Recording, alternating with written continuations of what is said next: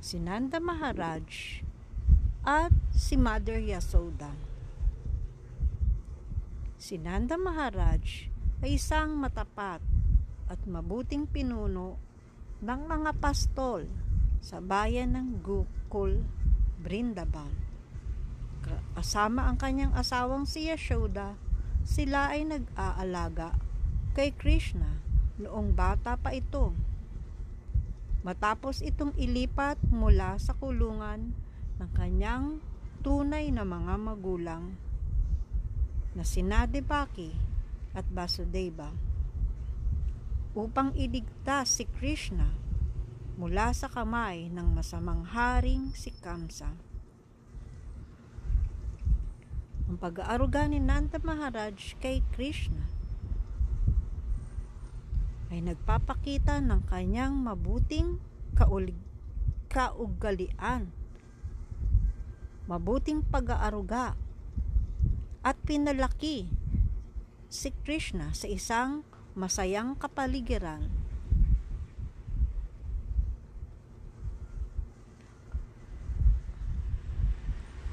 Siya ay mapagsunikap sa kapakanan ng kanyang pamilya at komunidad. Dahil dito, si Nanda Maharaj ay itinuturing na isang modelo ng isang mabuting ama at leader, at siya ay ginagalang. Ang kanyang mga buhok sa ulo ay may itim at meron ding mga puti. Ang kanyang kasuotan ay kulay berde ang kulay. Ang kanyang tiyan ay medyo mataba. Ang kulay ng kanyang balat ay kulay ng katulad ng isang bilog na buwan.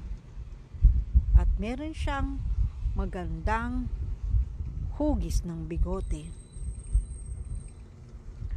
Isang araw nang si Krishna ay bata pa lamang, ito ay naglalakad sa kanilang bakuran at hinahawakan ng maliit na kamay ni Krishna ang daliri ng ama dahil hindi pa ito nakakalakad ng matuwid. Lagi-lagi itong parang mahuhulog. At nang si Nanda Maharaj ay nagbibigay ng proteksyon sa kanyang transcendental na anak, ay lumuluha ito dahil sa sobrang kaligayahang nararamdaman. Magbigay tayo ng respeto at papuri sa lotus feet ni King Nanda. Nectar of Devotion, chapter 43.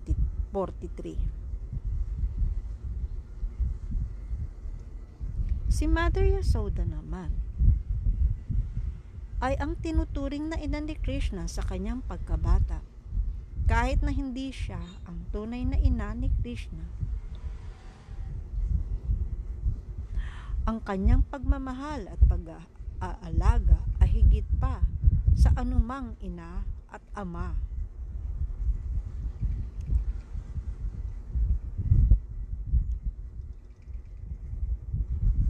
Maraming tanyag na kwento na may masasabi sa relasyon ni Krishna at ni Mother Yasoda, na kung saan ay humaharap si Mother Yasoda sa iba't ibang kapilyuhan ni Krishna.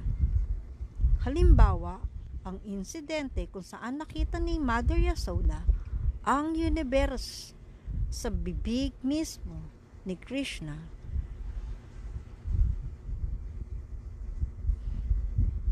Ang pagmamahal ni Yasoda kay Krishna ay walang kondisyon.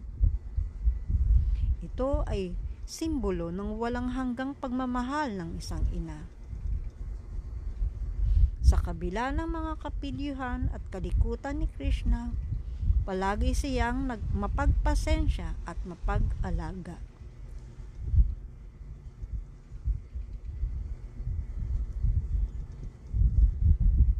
Si Mother Yasoda ay halimbawa ng pagmamahal, bhakti o debosyon. Ang kanyang buong buhay ay umiikot sa pagmamahal at pag-aalaga kay Krishna.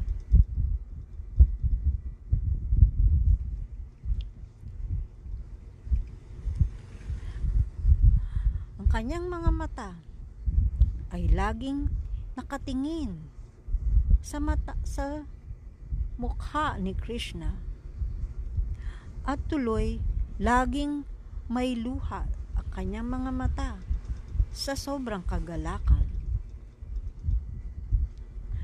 Ang kulay ng kanyang katawan ay bughaw na katulad ng bughaw na lotus flower. Lalong nagpapaganda sa kasuotan niyang maraming makukulay na garments.